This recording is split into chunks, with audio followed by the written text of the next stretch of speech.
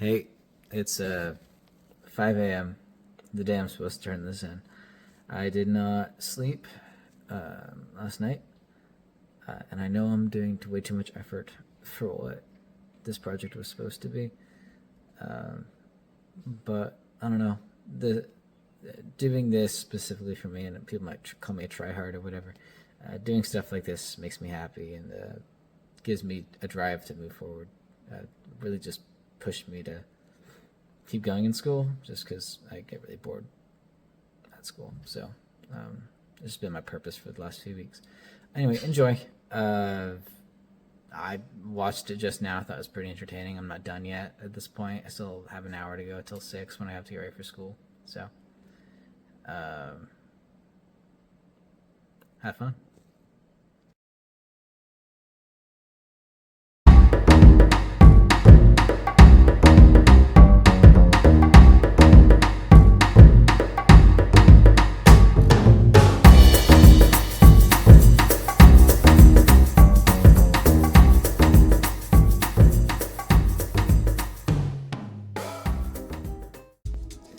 Hey! Alright, let's get into it. This video has 4 sections, and in each section I will be speaking about each branch of government. These sections are organization, major powers and responsibilities, legislative impact, and finally checks and balances. Also, at the end, I'll say what food I really think encapsulates their government, and I've left some hints in the video. Figure it out. The clues will have a little screen that show up too, just like that. Here, I'll give one to you for free. It's something you'd receive from your family. When cooking anything, you need 4 things. The first of those 4 are the steps inside the recipe. For the sake of the metaphor, they are similar to the legislative branch.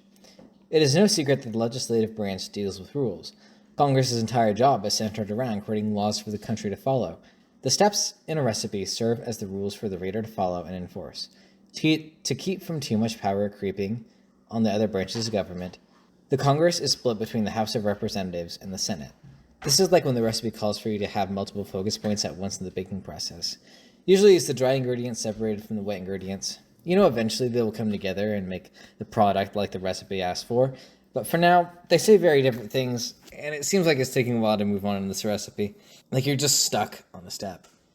These are where their committees come in, so the steps can take less time to complete. Standing committees are permanent committees that decide if proposed legislation passes to the Congress floor.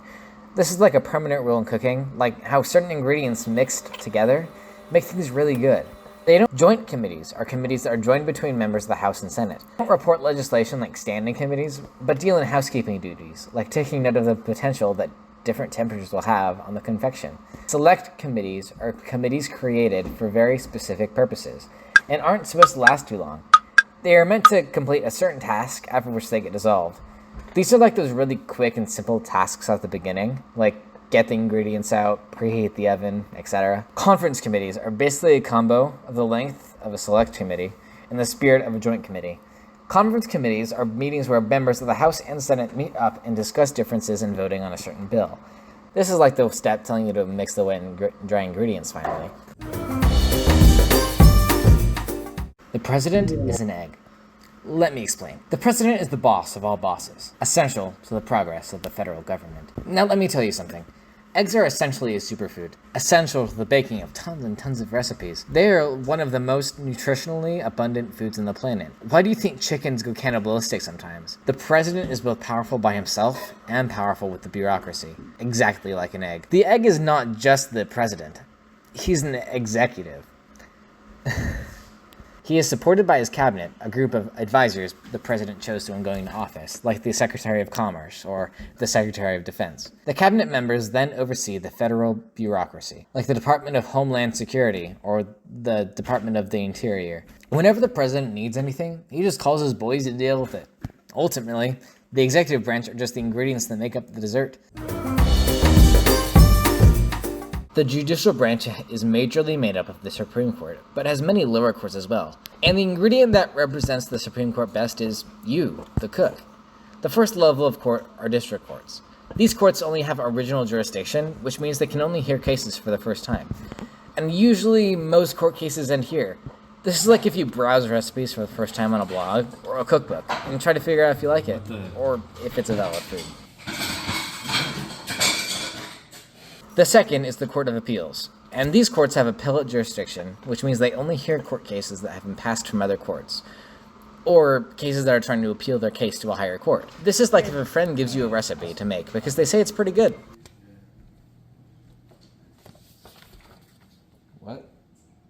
It's a good recipe. The third, and only one mentioned in the Constitution, is the Supreme Court of the United States of America. This court can hear both appellate and original jurisdiction cases. Unlike the other branches, the Supreme Court judges aren't voted in, but are instead nominated by the President and confirmed by the Senate.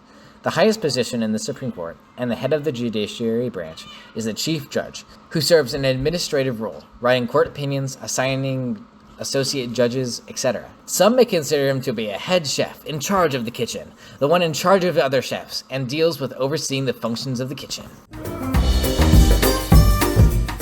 The final thing needed when cooking is a recipe. And what goes better as a recipe than the Constitution itself? The recipe requires the other three components, much like the Constitution requires the three branches of government. The ingredients are the core enforcers and flavor of the recipe, much like the executive branch. You are required to perform the recipe, and the laws that get made by Congress are like the steps to make it. You may have the Second Amendment in the Constitution, but why is it really in there? What does it mean by 2 tablespoons molasses, and what am I supposed to do with that? That's what laws are for, baby. The legislative branch derives a lot of its lawmaking powers from the necessary and proper clause in the Constitution. This clause essentially gives the Congress the power to make any law or do any action that is deemed necessary to execute any of the enumerated powers by the Constitution. If you didn't notice, this is very vague. When cooking up the Constitution, the Anti-Federalists hated this clause. This is like if on a recipe you just saw temperature. I don't know, man, just do what will make the thing good. It gives a lot of power and confusion to what this means, or the limits of how high or low the temperature is. If you set the temperature too high, it will burn and ruin the confection. Set it too low, and that thing is just dehydrating. Luckily, we have the Supreme Court for temperature control if the oven gets too hot. So to circle back around, Congress needs to successfully interpret what the Constitution allows to do within the context of the necessary and proper clause. Now, the main theme of the president's powers are those powers that can be activated quickly just in case an emergency arises, in case Congress can't get its stuff together. For example, the president cannot declare a war, but can send out troops to solve potential dangers because the president is the commander-in-chief of the military. This is like in the 1950s when Dwight D. Eisenhower was worried about communism. So he sent the military to the country of Vietnam just to stop the northern communists, Viet Cooks. But to this day, the Vietnam War isn't a war because the Congress did not declare war. The final power I'll be talking about is the ability to openly talk to the people of the nation. Throughout history, this power has been used by the presidents that have helped their reputation. The most famous example of this is when Franklin Delano Roosevelt did his famous fireside chats to talk to the nation about what is going on in their government. These chats, in turn, made him a very popular president because people felt like the president was being very clear with them and what the government was doing. These aren't major powers of the Supreme Court, because the court's main power is judicial review and making sure the other branches would stick to the Constitution, but these are fairly important concepts to understand what kind of decision the Supreme Court would make. These principles are judicial restraint and judicial activism. Judicial restraint is like if you're staying exactly to the recipe in the most literal sense. Let's say if you're baking a cake, and you follow the thing exactly. You add in the flour perfectly. You add the egg magnificently. Do it exactly as the recipe says. And the cake turns out pretty good. It even looks like the picture on the recipe. You made a really good cake. However, as you make that cake over and over again, it gets really stale. I mean, it's a good cake, but you can't help but wonder what would happen if you added a little bit more cinnamon or a bit more sugar. This is where judicial activism comes in. See, in real life, the country evolves, and public sentiment around certain topics seems to change. People want change, and it's your job, as the Supreme Court, to decide what can make the country, or cake, better. So, you make your new cake. You add a little more cinnamon. You add more sugar. You add a little less flour because the old cake was a little dry, and you want a little bit more moisture anyway. What you end up with is a new cake that you don't know whether it's good or bad, but hey, you made something new. Now, obviously, the main legislative power of the legislative branch is to draft legislation, but I thought I'd expand exactly what Congress has dominion over. What I've noticed is that Congress has all the jobs that would be very difficult to decide on in a group, and much easier for one person, like declaring war. To be specific, the legislative branch has the power to deal with the federal budget, borrow money, coin money, declare war, punish felonies, regulate the military, provide a navy, etc. This is like the steps in a recipe, controlling the outcome of the dish. More powers of Congress can be found in Article 1, Section 8 of the Constitution. The main legislative power of the president is issuing executive orders. Executive orders are carried out through the bureaucracy in the military, and because the president is in charge of enforcing laws, the orders he creates gain the weight of federal law. The executive can also pardon as a result of this, such as Gerald Ford's presidential pardon of Richard Nixon after the Watergate scandal. While the Supreme Court can't create legislation, what it can do is create a precedent for future cases and laws. This matters because it gives an inference on what the laws the Supreme Court will use judicial review on. If the Supreme Court does overturn a precedent, it tells a lot about the current court. Whether the court is more likely to use judicial restraint or judicial activism. Let's say you are cooking for your friend Billy. Billy really enjoys your spice cake recipe, and every time he comes over, you make him spice cake. One day, after making Jacob, could you make banana bread next time? you react as you would. Banana bread? But I've always made spice cake. Billy responds, Yeah, but I just wanted to try something new. and because of this, you just slap him. Ugh. Such Such are precedents, and stare decisis, which is basically a fancy way of saying they're sticking to the precedent. The presidential checks and balances are the power of the veto and choosing members of the Supreme Court. Vetoing a bill is like if you are trying to crack open an egg for a cake you are baking, but all of a sudden, crack, the egg explodes out of nowhere because it just doesn't want to deal with what you're trying to do. And because you need the egg for anything you actually want to bake, you need to find a way to appease him to actually get in the dang recipe. Pocket vetoing is like when you were accidentally dropped the egg on the floor, and while it's still salvageable and technically you can still put it in, it's gross, it ruins your day, and then nothing is getting baked. The president also has the power to nominate judges to the Supreme Court. This is like if you died and your child had a vision where an egg told him to start baking, but exclusively with recipes that used eggs. This means judges that will carry on the president's agenda even after the president is gone. The legislative branch has the power to kick any other member of government out of office through the process of impeachment. This serves as the check for both other branches.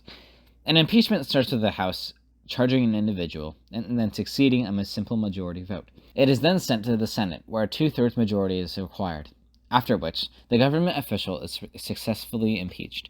This is like a certain ingredient just isn't meshing well with the rest of everything, so you kick it out because it's just ruining everything else.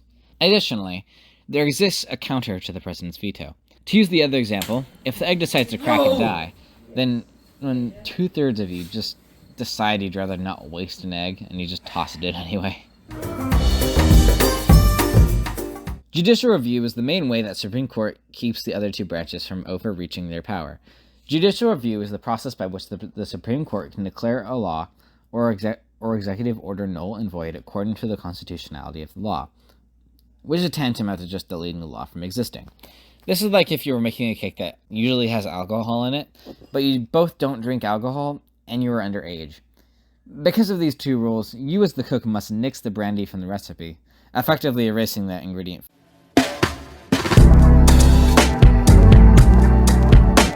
In totality, I feel the US federal government is most like a fruitcake. I know, shocking.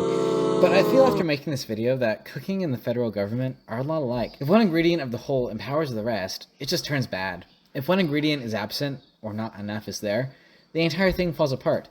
A good dish requires equality of the ingredients. And finally, and most importantly, it takes forever to actually get a fruitcake to be ready to eat. Just like how our government takes forever to get any legislation through. That, and it's better with alcohol. Jacob, are you okay?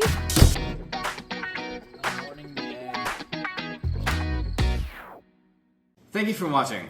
If you enjoyed the video, tell me. If you did not enjoy the video, also tell me. Until next time, bon appetit.